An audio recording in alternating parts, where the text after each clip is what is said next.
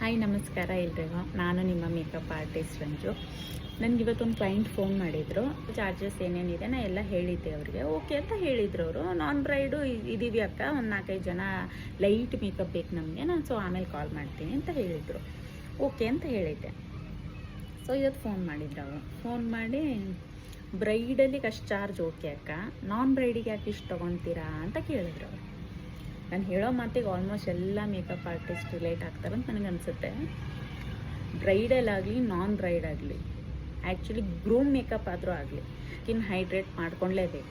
ನಾವು ಪ್ರೈಮರ್ ಹಾಕಲೇಬೇಕು, ಮಾಯ್ಶ್ಚರೈಸರ್ ಹಾಕಲೇಬೇಕು, ಕಲರ್ ಕರೆಕ್ಟರ್ ಮಾಡ್ಕೊಳ್ಳೇಬೇಕು, ಫೌಂಡೇಶನ್ ಆಗಲಿ ಹಾಕಲೇಬೇಕು, ಕಾಂಪ್ಯಾಕ್ಟ್ ಎಲ್ಲ ಟೋಟಲಿ ನಾವು ಬ್ರೈಡಿಗೆ ಏನು ಅಪ್ಲೈ ಮಾಡ್ತೀವಲ್ಲ ನಾನ್ ಬ್ರೈಡಿಗೂ ಅಪ್ಲೈ ಮಾಡಲೇಬೇಕು. ಇಷ್ಟೇ ಕ್ವಾಂಟಿಟಿ ಅದಕ್ಕೆ ಜಾಸ್ತಿ ಇರುತ್ತೆ, ಇದು ಕಮ್ಮಿ ಇರುತ್ತೆ ಅಷ್ಟೇ. ಅದಕ್ಕೆ ಪ್ರೈಸು ಡಿಫ್ರೆನ್ಸ್ ಇರುತ್ತೆ, ನಾನ್ ಬ್ರೈಡ್ ಆಗಲಿ ಬ್ರೈಡ್ ಆಗಲಿ.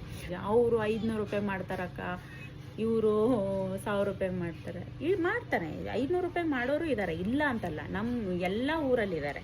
ನಾನು ಹುಮ್ನಾಬಾದ್ ಅಂತೊಂದೇ ಹೇಳ್ತಿಲ್ಲ, ಎಲ್ಲ ಊರಲ್ಲಿದ್ದಾರೆ. 500 ರೂಪಾಯಿಗೆ ಮಾಡೋರು ಇದ್ದಾರೆ, 1000 ರೂಪಾಯಿ ಮಾಡೋರು ಇದ್ದಾರೆ, ಇಲ್ಲ ಅಂತ ಹೇಳ್ತಿಲ್ಲ. ಬಟ್ ಎಲ್ಲರ ಕೆಲಸ ನೋಡಿ ಮೇಕಪ್ ಮಾಡಿಸ್ಕೊತಾರೆ. ಬ್ರೈಡ್ ಇರಲಿ ನಾನ್ ಬ್ರೈಡ್ ಇರಲಿ, ಪ್ರಿಪ್ರೇಷನ್ ಏನಿರುತ್ತಲ್ಲ ಬ್ರೈಡಿಗಾಗಲಿ ನಾನ್ ಬ್ರೈಡಿಗಾಗಲಿ ಪ್ರೊಸೀಜರು ಅದು ಮಾಡಲೇಬೇಕಾಗತ್ತೆ. ಹಾಗಾಗಿ ಇಷ್ಟು ಚಾರ್ಜ್ ಆಗುತ್ತೆ.